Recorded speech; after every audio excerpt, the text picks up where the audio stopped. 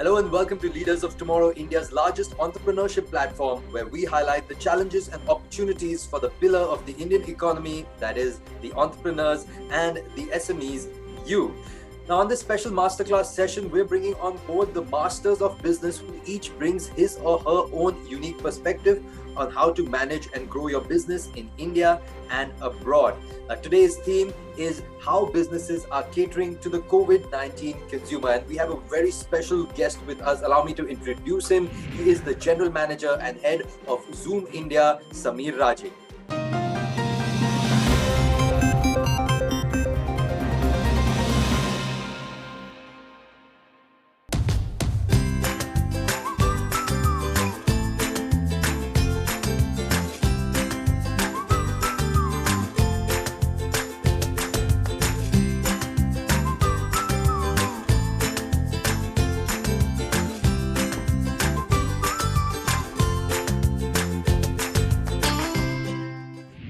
Now, today's masterclass, the topic is how businesses are catering to the COVID-19 consumer. Now, it's obvious the consumers have changed since COVID-19 hit us.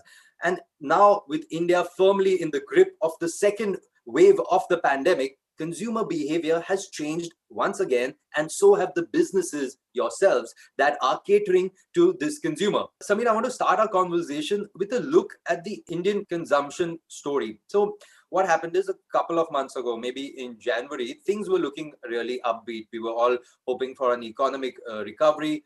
But now the story is very different. I mean, Boston Consulting Group came up with a report titled How India Spends, Shops and Saves in the New Reality, in which they state that the overall consumption growth is likely to be delayed by up to 2 years. Now, obviously, this has a domino effect. If the consumption is tightening up, it changes the way businesses are working now and what they can expect from the consumers and what consumers can expect from businesses. So I wanted to start off by getting your thoughts on this change in consumer trends. What's your opinion?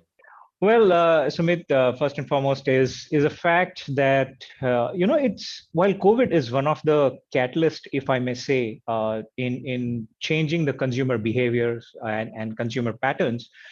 I think this change in consumer buying processes or even their purchasing processes and spending processes is here to stay. And if not COVID, there could have been some other catalyst, right? Sometime back, we had digital economy as a catalyst for it, where people suddenly moved from a cash to a digital economy, where people were forced to use maybe bill desk or maybe other payment gateways or credit cards and debit cards and so on and so forth, or even bank transfers.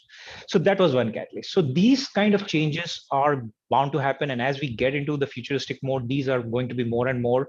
However, COVID wasn't quite an unfortunate situation for the entire humanity, I would say, and that is one of the strongest catalysts in the last 8-9 months, as you rightly pointed out. People have changed, the way they buy has changed. Suddenly, overnight, everybody went virtual world, right? I mean, people who were even in the offices were suddenly forced to go virtual, and these are the kind of changes which are bound to come over over the next period of time. And I would like to reiterate here that we all need to be prepared with it. If not COVID, something else or something else, we need to be geared up to address that. Absolutely. I think the main point, what you said, is we have to be prepared. So some kind of contingency plan. 2020 has hit home with the fact we've always spoken, whether in business texts or, hearing people say about have a contingency, have an emergency plan, but 2020 made it real. But, Sameer, one major concern that we've heard from a lot of SMEs who, watch our show regularly, write into us, is that if businesses are moving online, yes, but not every business can move online. So that's why people are really worried. They say that, hey, some businesses can go completely online, but what about those that can't? How should they manage this changing consumer behavior, consumer trend? What's your view on that? Well, absolutely, Sumit. I think it is not possible to live in only one world, right? If we say that everything will be put behind and we will go completely virtual, it's not going to happen. In excess of everything is not going to happen. We need that human touch, right? We need that stuff back there where we get along, or probably even walk into a brick and mortar store or even a manufacturer and see things. We meet up with them, and that's where we get the confidence. So I think going ahead, it's going to be all about hybrid. how we can create a mix and match of a virtual world and the physical world and deliver the best out of it. That is what the future is going to be. Because if you look at today's virtual world, I think in the last 1 year, we have had too much virtual. In reality, we are all longing to get back to offices. But can we take the virtuality completely in entirety or out of our work life? I think no. Nobody wants to get back to work maybe 5 days, 6 days a week. We don't want to do that. We'll do it probably 2 days a week. And can we, shelve out virtuality completely and get back to all offices? No, that's not going to happen. So it has to be a hybrid environment and a mix and match of both. And that's what I think is going to be the success mantra going ahead. Use the best from both and amalgamate them together. Absolutely. But your point is truly there, Samir. We've had, maybe to a certain extent, some parts of us have, you could say, saturation, overdose of the virtual world, like you were saying. But I want to now talk about your business specifically. So with Zoom, us not wanting to be virtual is not really a good thing for you. But what I want to focus on is the importance of listening to the consumer. And again, not just in Zoom or in any tech business, but in every business, whether it's your Kirana store around the corner, the importance is listening to the customer, listening to your consumer always. And I know specifically in your business, like I think in 2020, Zoom put out 400 different features. So you're constantly innovating. How can that be translated for the SMEs, the startups who could be, I don't know, in manufacturing, who could be having shops in busy markets? The importance of always listening to your customer and, putting out the best stuff that the customer wants. Absolutely, Sumit. And I think this goes for any business, be it Zoom or be it, small businesses or even mid-sized businesses. It is all about the customer, right? It is never about, I, me, myself. The moment you start thinking about I, me, myself, it all lands into trouble. It's always about the customers and it's always about the employees. Now, let me tell you one fact that at Zoom, we believe in delivering happiness. And when we say we deliver happiness, we go all out to ensure that first and foremost, our employees are a happy bunch, right? Right from the day one when they come on board to their onboarding and their handholding and so on and so forth, 1 year, 2 years down the line. Every day, the employee, when he or she comes to work, they are self-motivated, they are driven. The day they have to ask a question to themselves, hey, why am I going to office today? What am I going to do? That's a problem for the hiring manager then. So first and foremost, keep your employees motivated. That's point number one. And the second aspect is all about the customer. You might become a multi-billion-dollar organization, but the moment you take your ears and eyes off the ground, stop listening to your customer, that's when you start going down. And that's, I think, is a big problem today, because as companies grow, they tend to not listen to customers, not bring in the features. They tend to look at more competition. They tend to do what they feel is right for their market. And that's where things go wrong. But if you listen to the customers, maybe in the short run, it could be difficult. Maybe the journey might be a little bit uphill. But if we get things right, I'm sure in the long run, focusing on the customer definitely is a path of success. We've got some questions coming in, and one question is actually coming from someone called Aisha, and she says that Zoom must be having many SMBs as your client. So how are you providing a different solution to them based on their unique requirements? Because yes, their requirements would be different from a large corporate, from a TV channel like us, or any other huge company. So that would help us to get some insights. Well, absolutely, Aisha. That's a fantastic question, and thank you for bringing that up. We have a specific focus, especially on the small, medium businesses. Point number one, we have a dedicated team for them, a team which caters to this requirement, and that is one of the largest teams. And it is not because it is the largest team because sheerly of the business size or whatever, but it is more so because we need those many touch points. It is the SMBs need faster turnaround. They need when they call in, we have to be there. We need to be responsive, and that has to happen at a click of a button. So we start off from there to not only that, but offering a special type of commercial, special type of pricing compared to what the enterprise get, and the features and functionality and the product, etc. Even the reps and the sales team, the support team, etc., which are set up for SMB are quite differentiated from what we have for the enterprise team. So that's point number one. Point number two is we also lend out a helping hand to, especially for IT segment. Like for example, if you're building your own applications, we are there for you. You can integrate our Zoom into your own application and take it to the market. Partnership kind of stuff. So that's the ISV partnership program. So we're actually helping you out. And recently we also announced our Zoom app fund for developing specific applications, and we are looking to invest into small and medium organizations who are keen on developing specific applications based on video collaboration. So we are there to help absolutely all the way. On that note, it's time for a very short break here on Masterclass on Leaders of Tomorrow. But don't go anywhere. We'll be right back after this commercial break.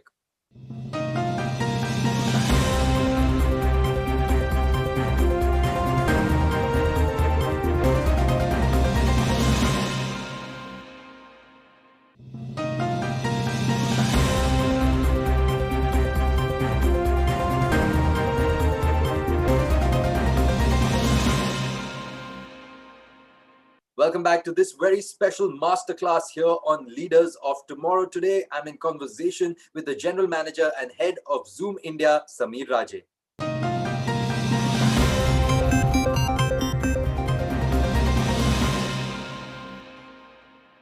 Sameer, there's another question coming from the audience. This is from Madhulika Joshi Palod. She's a partner and CMO at Drum Up Media. She says, with COVID-19, now the consumer has started moving to new trends, which we say the new normal, again, a very oft used phrase. But her question is, once things go back to normalcy, and again, we're hoping it happens soon, whatever, but whenever we get back to normal, do you see the consumer going back to the old ways, and will this just be some kind of a temporary phase? Madhulika, it's a great question again, and I don't know if you remember, or if you have some memories. I definitely have memories when I used to carry a huge mobile phone when it was launched in India, AT&T network, and we used to pay around 16 rupees a minute for making or receiving a call. And that was the time when we used to really think, hey, why do I need this mobile device? Right? Why carry such a huge device? I will make a phone call when I reach home or my office. I don't need to make a call while I'm out there in the field. I don't really need that. Well, that was a thought at that moment. Today, if we think about it, we cannot even move out of our house for 2 minutes without a mobile phone, right? That's the difference. That's the difference. Life has changed. Life has changed where we adopted mobile phone. We've adopted mobile devices like iPads and mobile devices for being mobile in the world. Same is the case of the new normal, right? We have adopted, or we have gone and taken a different route of being at home or being in a safe environment. Now, beat this. We are not visualizing, or we are not even observing, or we are not even taking a note of the environmental impact of not traveling to work every single day, or reducing our travel by 2 days a week, and so on and so forth. So if we factor in all those benefits, and if you really look at, there will be very few people. I know of an organization where they started mandating 1 month back for people to come back to work, and they lost 50% of their workforce. People have gone back to their hometowns. People have gone back to their parental homes. They don't want to stay back in the metro cities and spend that amount. It's the migrant crisis is not only about the workers, but it is also about those white collar people who have gone back and are saving money, and have also enjoying the quality of life. I mean, being close to the near ones and dear ones. There is absolutely no reason why people would want to go back to their old ways of working. They have tasted the success of this. Absolutely. I mean, everyone's gotten very comfortable. But yeah, I see the point that you're putting there.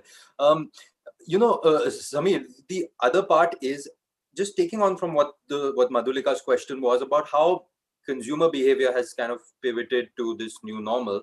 Businesses' behavior has also pivoted to that. So what I mean is, we've heard tons of stories of where there were travel companies that kind of pivoted and started doing distributing sanitizer. The people who've gotten into the food business, manufacturing units started putting out, textile units started putting out masks and stuff like that, where businesses have had to diversify.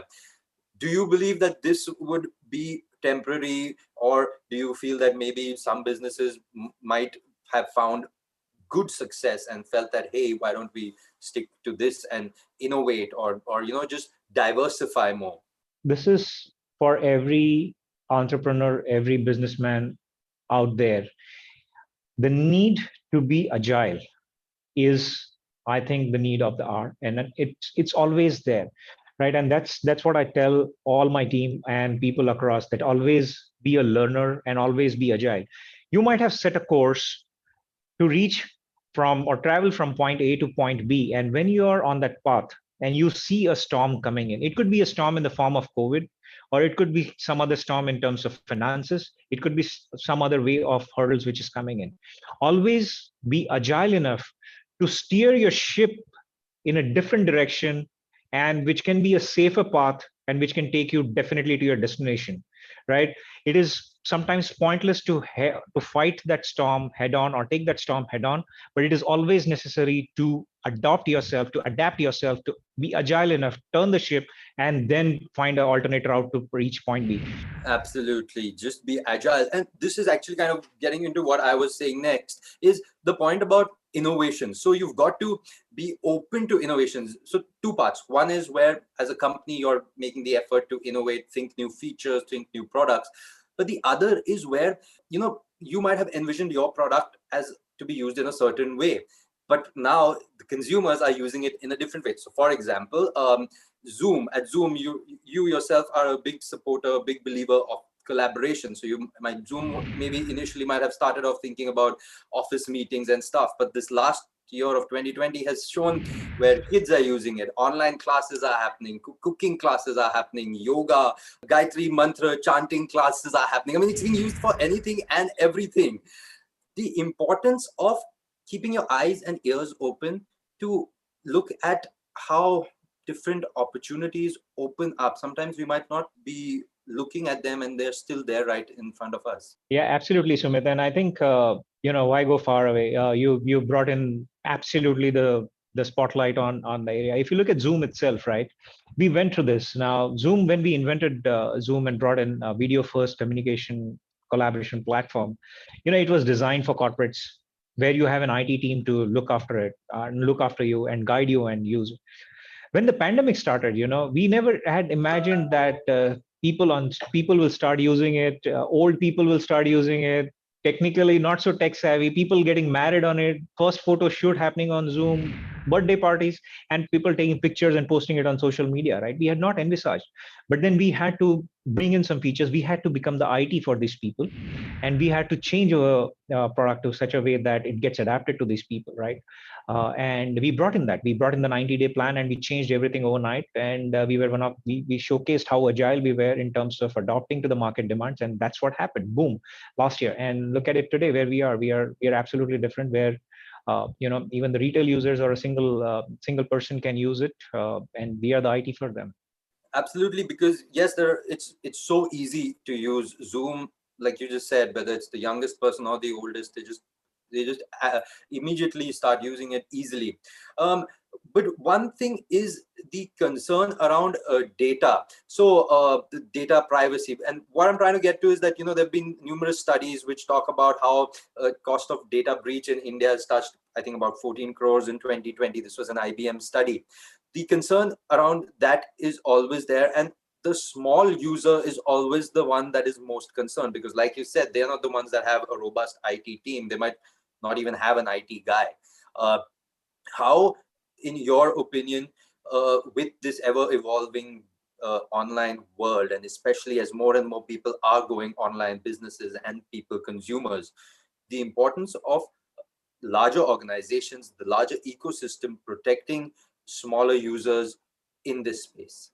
Well, to be honest, Sumit, it's a fact, right? The trust, privacy, security of your customer base, of your own users, is extremely and prime important, right? And in today's world, the cybercrime has gone up by more than 600% in these COVID times, where at drop of a hat you tend to lose data, and there are breaches and so on and so forth. So security is of utmost topmost concern, and it needs to be protected.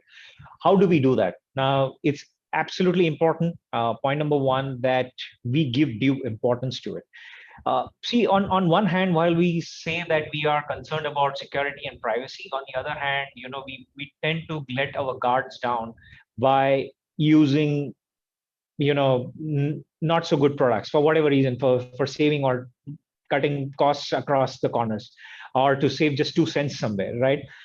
That actually hurts us in the long run, That is what needs to be considered. So when you are using IT tools, when you're using data centers, when you're using your security parameters like firewalls, etc., please make sure that you're using, industry standard products, services, and so on and so forth, which are well certified. And don't fall for rumors which are out there. In India, especially, WhatsApp University is quite active, and we need to be, a little bit cautious about that.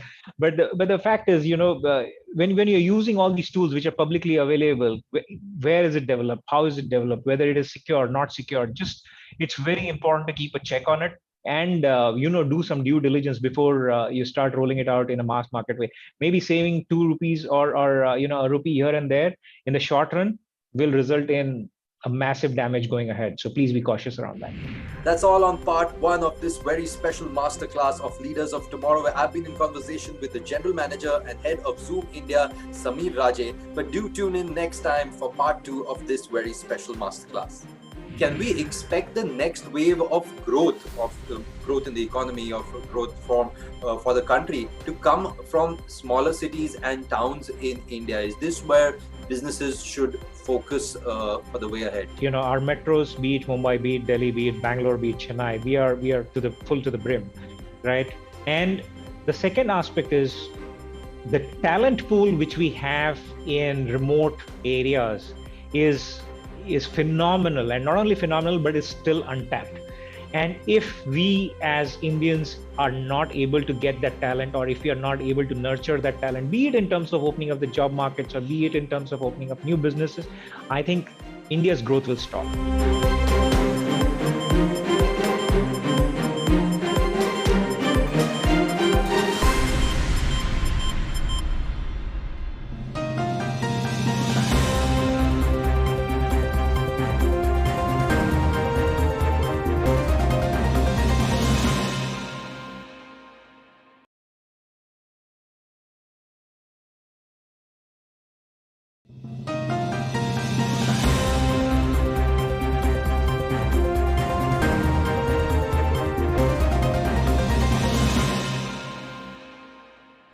Hello and welcome to Leaders of Tomorrow, India's largest entrepreneurship platform, where we highlight the challenges and opportunities for the pillar of the Indian economy, that is, the entrepreneurs and the SMEs, you. Now, on this special masterclass session, we're bringing on board the masters of business, who each brings his or her own unique perspective on how to manage and grow your business in India and abroad. Today's theme is how businesses are catering to the COVID-19 consumer, and we have a very special guest with us. Allow me to introduce him. He is the General Manager and Head of Zoom India, Sameer Raje. The overall consumption growth is likely to be delayed by up to 2 years. What's your opinion? I think this change in consumer buying processes or even their purchasing processes and spending processes is here to stay. And if not COVID, there could have been some other catalyst. Going ahead, it's going to be all about hybrid. How we can create a mix and match of a virtual world and the physical world and deliver the best out of it. That is what the future is going to be.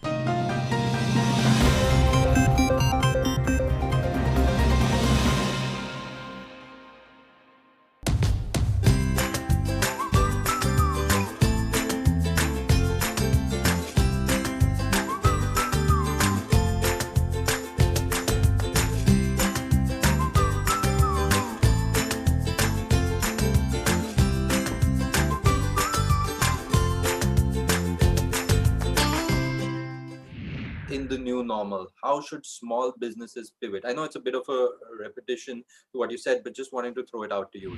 Well, absolutely. I mean, see, whether it is a small business or a large business, if today, as I said, if the businesses are not agile, if businesses are not learning how to, or what the customers' demands are, I'll give you an example.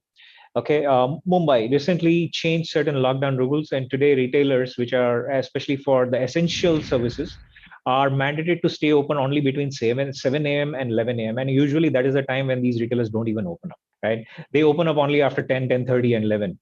Now, if a retailer is going to sit down and say that, hey, I'm not going to start my businesses before 11, well, it's going to hurt not only the retailer, but also the people who are looking for those groceries and unable to buy them at the specific timeline, 7 to 11 in the morning. Now, that is just a very small example of being flexible and being agile. Now, these retailers, which are mom and pop stores across the streets, they need to also ensure that they are able to deliver, and cater to the rising demand of home deliveries throughout the day. Now, whether you can hire those people, you have the flexibility to hire them, you have the flexibility to, do business via phone and have credit card systems and so on and so forth.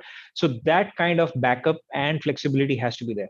So tomorrow, when things open up, things get back to normal, does it mean that you go back to normal and start your business at 11? Maybe not. Maybe 7 to 11 could be your virtual business. Again, that's when you get back to normal, and that could be your way of adapting to the new normal, right? So maybe 7 to 11, you do a virtual store. You have a virtual store where you're selling virtually, and maybe after 11 o'clock, you come back to store. So that's how you'll have to be agile. That's how you'll have to continue to reinvent yourself and stay afloat. I want to take this example that you used about the Kirana store and all, and just take it a little ahead.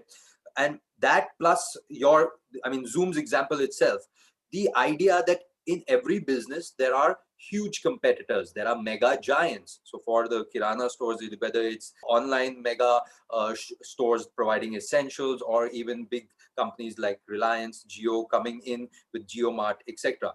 For Zoom, you've also had to stave off competition from the big giants of technology. How should one approach that? I will again cite an example of Zoom itself, as we've been through this ourselves. Exactly 10 years back, 2011, April 2011, when Zoom was started, our CEO and our then head of worldwide sales, Greg Holmes, and Nick Chong, who is our current head of support. The three gentlemen, they were in one room, in one small room when the office was started, and we launched Zoom. Fast forward 2019, we went public, and today we are a multi-billion-dollar organization. How did this happen? Did we not face competition? Well, we did face big time. And let me tell you, having been at the receiving end and being part of Zoom itself, I will tell you that when a new company and when a new startup like Zoom comes in, the big giants don't really take it very nicely. They don't accept the newcomer so easily, right? Then that's a norm in the industry, if you may say. How do we fight it? Well, there are two ways you can do it. First, you can continue to think about competition and try to outsmart them. That's one way of doing it, but that is not what actually turns out as a winner. If you really want to come out as a winner, a strong player, a formidable player, then you need to go back and think all about the customer. That's the success of it, right? What does the customer want? And ensuring that you're delivering happiness, ensuring that you are there at a single, even if your customer, let's say if he or she is even sneezing, you need to be there. You need to ensure that they can reach out to you. If you're not there, if you're going to be a store which has a board at 1 p.m. outside your store saying that owner has gone home for lunch and will be back by 5 after an afternoon siesta, well, that's when business starts going down, right? You need to be there at every single hour. It means doing out of the box. It means being present for you, present for your customers at odd hours, and doing that journey. I mean, even our CEO today responds to a lot of support requests with people reach out to him on social media. I personally respond to a lot of social media requests which come in terms of support, in terms of whatever help is required. It could be smallest of the small customer, really doesn't matter. Small or big, doesn't matter. They are a customer, they need service, we need to respond. That's what it is. So you can sit down and continue to think that my competition is big and what do I do about it? Or you really get down to the customer base, you do what they want, you continue to focus on them, continue to deliver happiness to your employees and customers, and that is all is required. Your customers will ensure that you'll be successful. Fantastic. Samir, I'm going to pivot our conversation slightly. So far, we've predominantly talking about businesses where we felt that, they might have been negatively impacted by COVID-19 or by consumer behavior. So we're talking about businesses, about how they can spot new opportunities, how they can overcome these challenges. Let's look on the other side of the coin, because there are businesses that have benefited by the pandemic. I don't mean benefited in a very crass way, but you know what I mean. I mean, these are the businesses that were able to provide services which helped people when they needed it, and predominantly tech companies. Now, for example, with Zoom also, and I have some of these stats for Zoom in India, where it says that in India, your free sign-up accounts went up about 67 times from the period of January to April in 2020. And paid customers went up 4 times in that same period. And of course, the momentum has kept up. So your advice to to startups, to small companies, to small medium businesses, entrepreneurs who might also have been caught in this space where they've seen their business boom because of this, how do they handle this growth? How do they maintain this growth while ensuring that things don't go array and don't go off track? I'll answer your question in two parts. First is about Zoom. You spoke about Zoom, and the 67%, 67 times growth for premium users, and 4x growth for the paid customers, and so on and so forth. Well, while we speak about the business growth, everybody needs to understand that the free users, what we deploy in the country or anywhere in the world, that has a cost attached to us. That's a huge cost for us. Now, why do we do that? That's predominantly because that's our way of giving back to the world. Now, it's not only those freemium users, but more than 2,500 schools across this country today are using our platform at no cost, absolutely.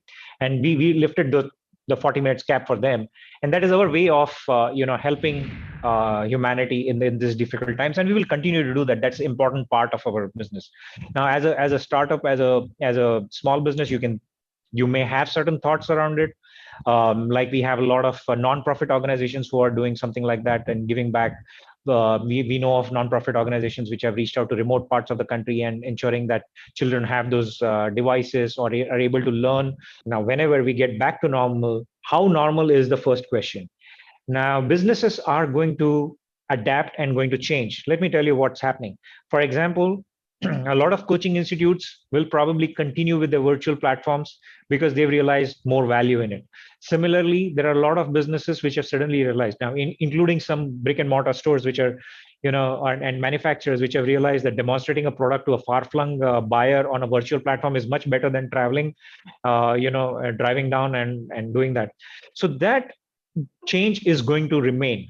Now, it is for the businesses to adapt and be hybrid, or again be agile to come back to the normalcy.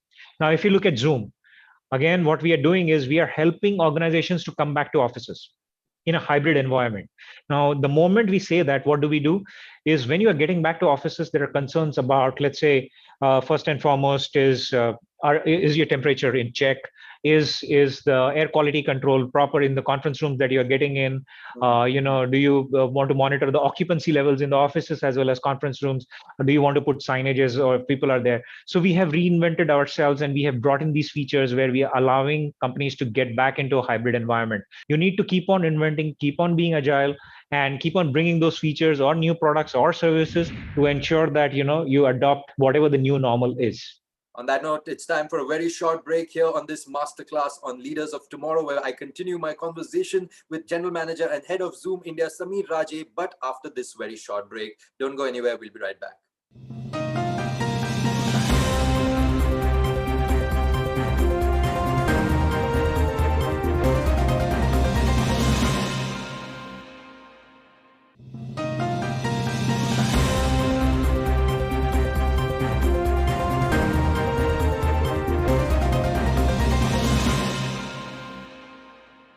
Welcome back to the masterclass here on Leaders of Tomorrow, where I continue my conversation with the General Manager and Head of Zoom India, Sameer Raje.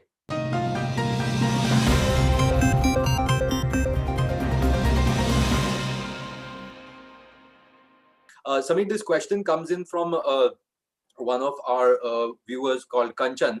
She's saying that, in 2020, India had 11 unicorns. Again, pandemic year, but there were 11 companies that became unicorns in 2020. And already in 2021, we've got 9 unicorns. Is this a bubble? Should we be worried? Or is this really a contrast where one end we're seeing worries about how the economy, the GDP, and on the other end, we're looking at a boom in funding for these companies? I would not say that. I would say those unicorns which came up in 2020 and even in 2021, which are coming up, look at the basics.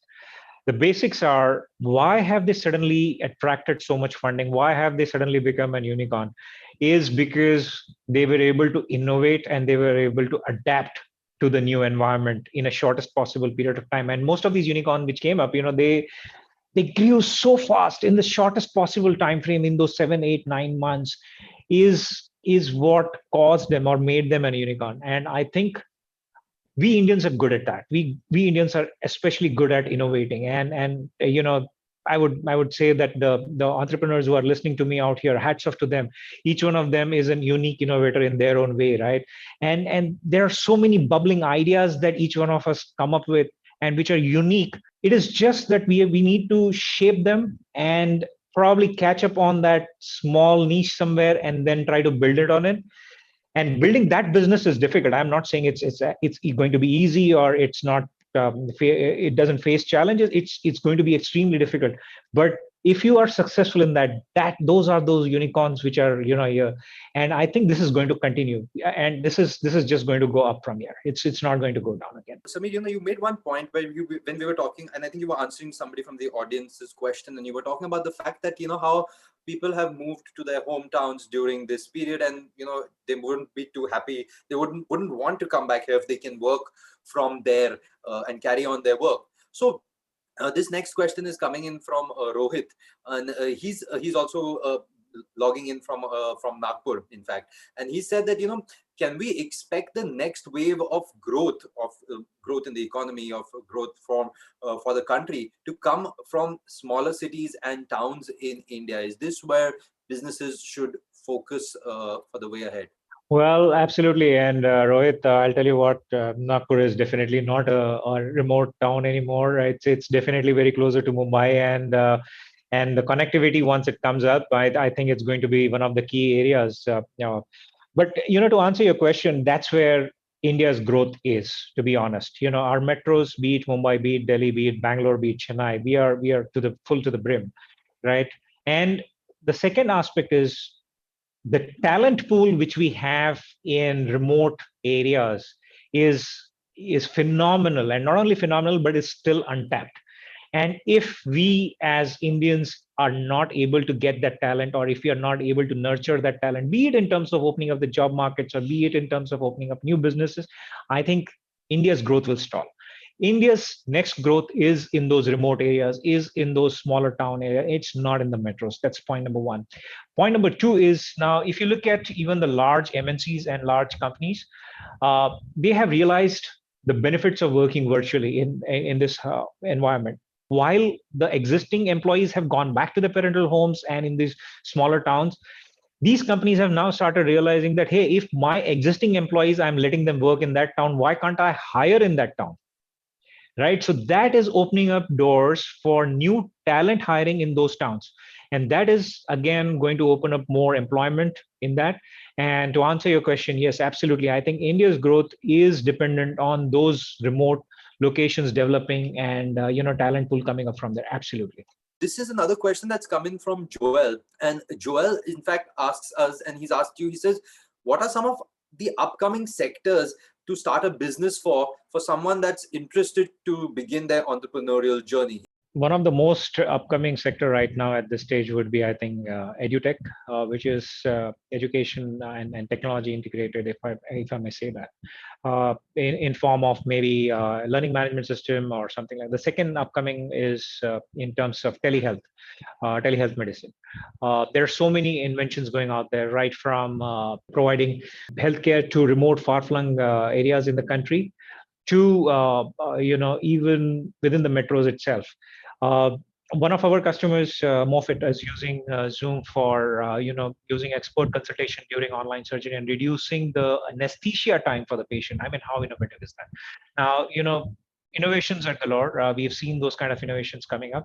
But again, these are two sectors which I can think of offhand immediately, which are booming right now across the world and in India especially. And in India, these are huge because given the length and breadth of the country, I think these are massive, and these are upcoming quite fast. Fantastic, and very important sectors as well for the overall country, for the economy. We're in our second wave, unfortunately, but there are some important lessons that companies, consumers, governments have learned from last year, from 2020. From where you're sitting, from your perspective, what would be some lessons from 2020 that SMBs should focus on so that they can implement it in this second wave that we're going through? If I may take a step behind and really say that, it sometimes really hurts to understand the thought process at the ground level. And I will tell you, I was visiting a small business sometime back, which was around month and a half, 2 months back, when things were just about looking very normal, right? And I was talking to the gentleman out there, and I was wearing a mask. He was half masked down, and we got into a conversation. And he's like, "Arey sir, mask वास्क कुछ नहीं होता है. It doesn't matter. You should not be wearing." I said, "Why? What happened?" "अरे sir, अभी तो vaccine आ गया. ये सब अभी कुछ नहीं है. अभी ये सब पैसे बनाने के लिए." And I was like, "Really? We are not out of it yet." Says, "Nahi, nahi, sir. That is it." So what I'm trying to say is, we need to learn. We need to learn from each and every instance. We tend to take things so lightly as Indians. We have the habit of taking things very lightly, be it the cost of life itself, or be it the cost of doing business. We really don't understand. We try to save money in the short run, right? Not looking at the long-term results. We spoke about security and privacy. To save maybe a small amount of money, we may avoid investing into better solutions, better products, or better IT related stuff. But in the long run, it creates damages. And the same is going to mask or whatever it might be, right? So what I'm trying to say is we need to be absolutely sure and be prepared for the worst. Plan for the best, be prepared for the worst is what I would say, and leave an answer to that. But before I let you go, Samir, what's your advice now to the SMEs for the way ahead? Again, or maybe if you want to share Samir's mantras for success or leadership success for the SMEs who are listening in. I would say, one thing for sure, in this last 25 plus years that I have been leading teams and running businesses across different countries, my success has been based on one simple fact. That is, when I get to work every single morning, I keep on inventing and reinventing myself. I keep on learning what happened during the day, what happened yesterday, and how can I better myself today. And that's what the success of mantra is. You need to be different every single day. You cannot keep on repeating the same thing over and over again. So if I didn't get success by doing 1, 2, 3 things yesterday, tomorrow I'm going to do it differently. The goal might be same, but my path to achieve that goal is going to be different. So I ensure that there is an agility, there is an ability to adapt to the demand. I may make a call to a person, I might try to reach to a customer, I might hire somebody, but I'm unable to do that. Well, if I want to really do it, I might adopt a different way to do it. It could mean a different approach, maybe having somebody else call it, but just keep on reinventing. Do not keep on following the same path, again and again. If you failed once, right? Failure is part of life, right? And that's what we need to absorb it, that, yeah, if you're going to set out to achieve something, you're going to fail. If you fail, no problem. How are you going to try, or how different are you going to be tomorrow to achieve the same goal is going to define your success. And that's what the key of success is, especially for me. Samir, once again, thank you so much for taking out time and for being with us here. It was an absolute pleasure to have you here. Thanks so much. Thank you, Sumit. It was a pleasure speaking to you. Well, that brings us to the end of this very special masterclass here on Leaders of Tomorrow. I have been in conversation with the General Manager and Head of Zoom India, Samir Raje. Thank you so much for tuning in. Do reach out to us with your thoughts, your suggestions, your comments, and your questions. Our contact details are up on the screen. We'd love to hear from you. Thank you so much for watching, and good night.